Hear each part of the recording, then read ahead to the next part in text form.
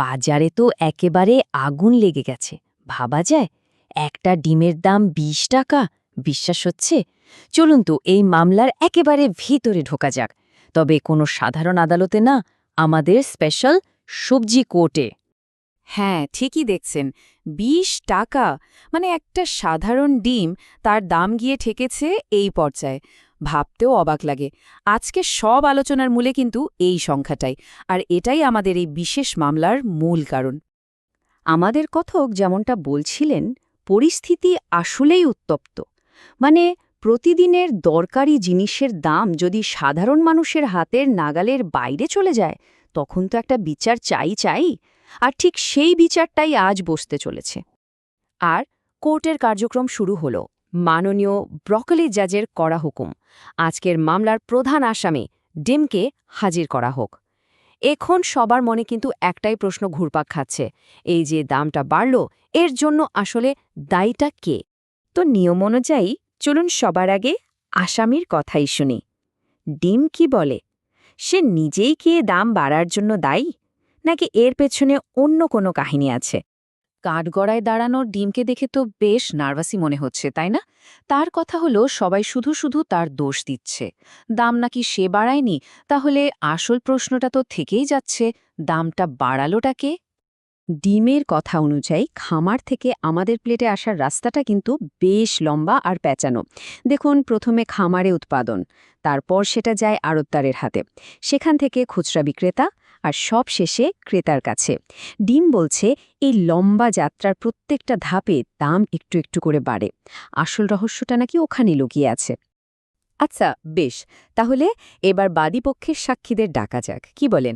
আমরা একে একে শুনব খামারি, আড়তদার আর এই মামলার সবচেয়ে গুরুত্বপূর্ণ যে সাক্ষী, মানে সাধারণ ক্রেতা, তাদের কথা। চলুন তো দেখি আসল সত্যিটা কোথায়। সবার আগে খামারি। ওনার কথা কিন্তু একদম পরিষ্কার। মুরগির খাবারের দাম বেড়েছে, ইলেকট্রিসিটি বিল বেড়েছে, গাড়ি ভাড়াও বেড়েছে। তার সোজা কথা, জিনিস বানানোর খরচই যদি বেড়ে যায়, তাহলে তিনি কম দামে ডিমটা বেচবেন কিভাবে? এবার কাঠগড়ায় এলেন আড়তদার। তিনি তো খরচের এক লম্বা লিস্ট দিয়ে দিলেন, দোকান ভাড়া, শ্রমিকের মাইনে, আরও কত কি। কিন্তু যেই না লাভের কথা জিজ্ঞেস করা হলো, অমনি তিনি প্রসঙ্গ ঘুরিয়ে দিচ্ছেন। ব্যাপারটা একটু অদ্ভুত লাগছে না? আর এই সবার মাঝে পিষে যাচ্ছে কে বলুন তো? ওই সাধারণ ক্রেতা। তাদের হতাশার একবার ভাবুন। মধ্যবিত্ত পরিবারে সকালের নাস্তায় একটা ডিম তো লাগবেই, কিন্তু এই দামে সেটাও যেন এখন বড়লোকদের ব্যাপার হয়ে যাচ্ছে। ও, আর দেখুন দেখুন, কোর্ট রুমে একজন স্পেশাল সাক্ষীও চলে এসেছেন। কে বলুন তো? স্বয়ং পেঁয়াজ। তারও নাকি নিজের সেই আকাশ ছোঁয়া দামের দিনগুলোর কথা মনে পড়ে যাচ্ছে।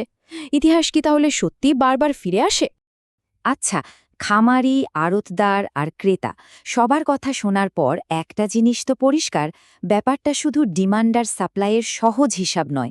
এর পেছনে আরও গভীর, আরও জটিল কোনো কারণ আছে। চলুন সেই কারণটাই এখন খুঁজে বের করা যাক। এই বিষয়টা কিন্তু খুব জরুরি।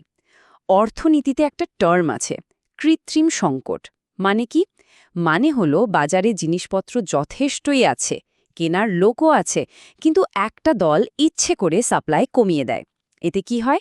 বাজারে একটা নকল অভাব তৈরি হয় আর দাম হু হু করে বেড়ে যায়।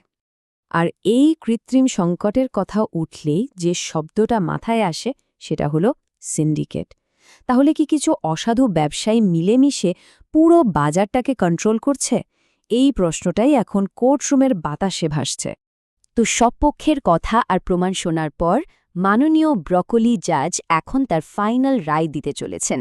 চলুন আমরাও শুনি এই মামলা শেষ পর্যন্ত কি সমাধান হয়।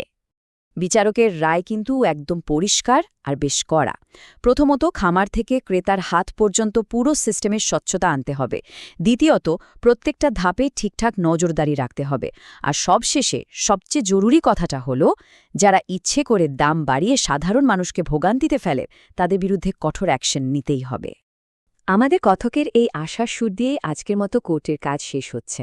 আসলে মূল কথাটা তো এটাই, একটা ন্যায্য বাজার পাওয়াটা কোনো দয়া দাক্ষিণ্য নয়, এটা আমাদের সবার অধিকার।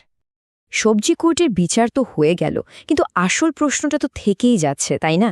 এই রায়গুলো কি শুধুই কাগজে কলমে থাকবে, নাকি সত্যি সত্যি কোনো কাজ হবে?